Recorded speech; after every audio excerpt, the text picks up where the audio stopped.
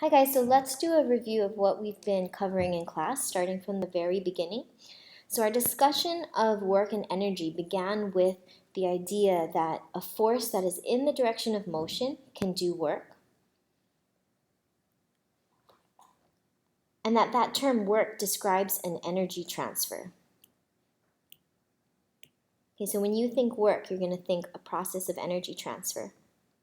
So when the force is in the direction of motion and there is no component to consider, then work is just equal to that force that we're talking about times the displacement in the direction of motion. But we know that forces don't just occur in one particular axis, that they usually occur at an angle.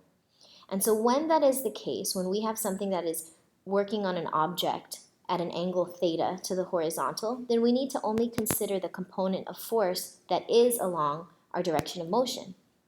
So that's why we look at F cosine theta times d, the displacement. An example of force that almost always does negative work is friction, and that's because in work, unlike kinematics and forces, we don't arbitrarily choose a positive and negative direction.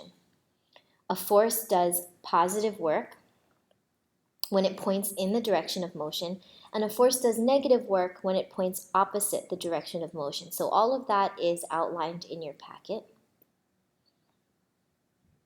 Okay, there is no example where this force does positive work.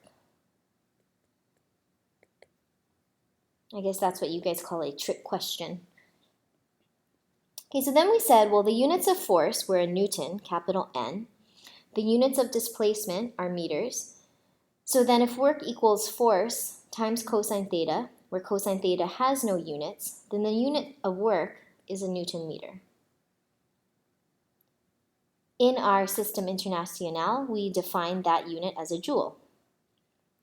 So 1 joule is the amount of energy it takes to move a mass 1 meter. Okay, so in our first example, we have a 2 kilogram block on a frictional floor, and it has an applied force of 25 newtons.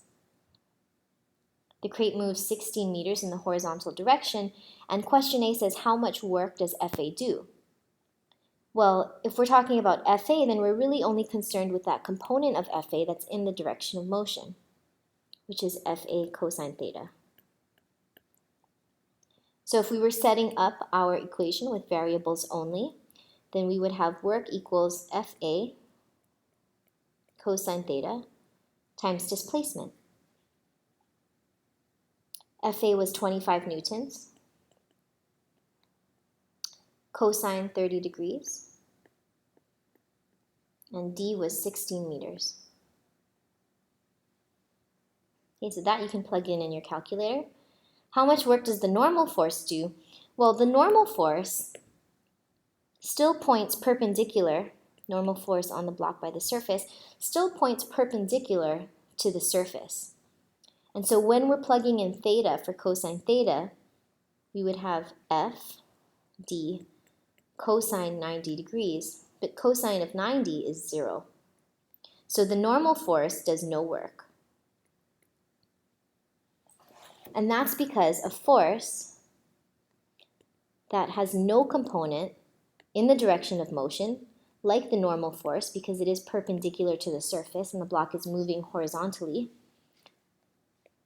does no work.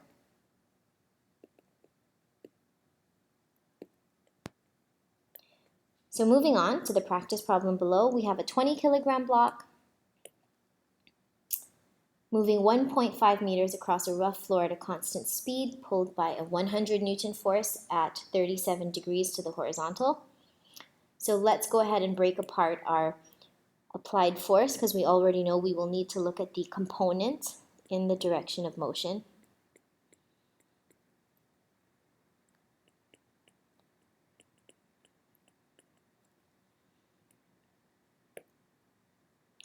So the question is, how much work did you do?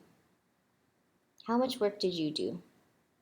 So that's going to be FA cosine theta D. Remember, 37 degrees is the 3, 4, 5 right triangle. So 100 times cosine of 37 is 80 newtons. So we have 80 newtons times 1.5, or 120 joules of work. If I were to draw my free body diagram, I would have the normal force on the box by the surface, the weight force on the box by the earth, the horizontal component of the applied force, as well as the vertical component of the applied force. So the other forces, as well as the kinetic frictional force. So the other forces are the normal, weight, and friction. Kinetic friction, to be more specific.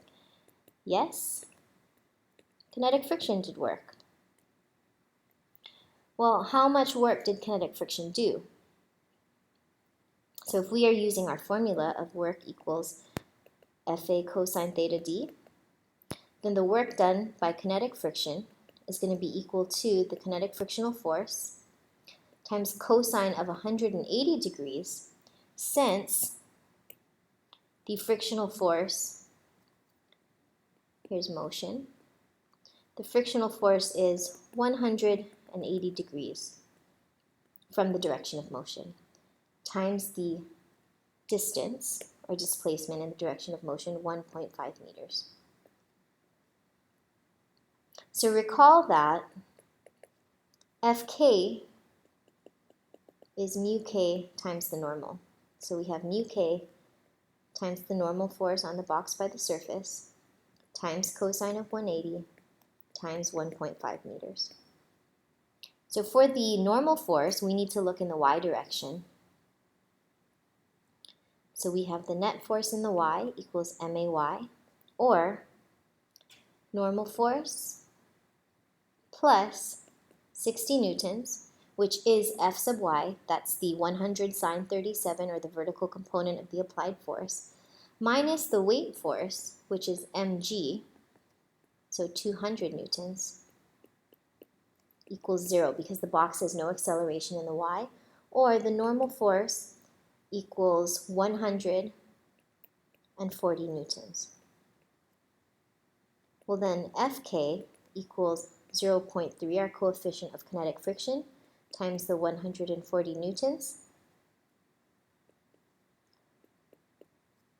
42 newtons, and when we go back to our formula, work done by the frictional force equal to 42 newtons times cosine of 180, and cosine of 180 is negative 1, times 1.5, we get negative, right, because cosine 180 is negative 1, 63 joules of work.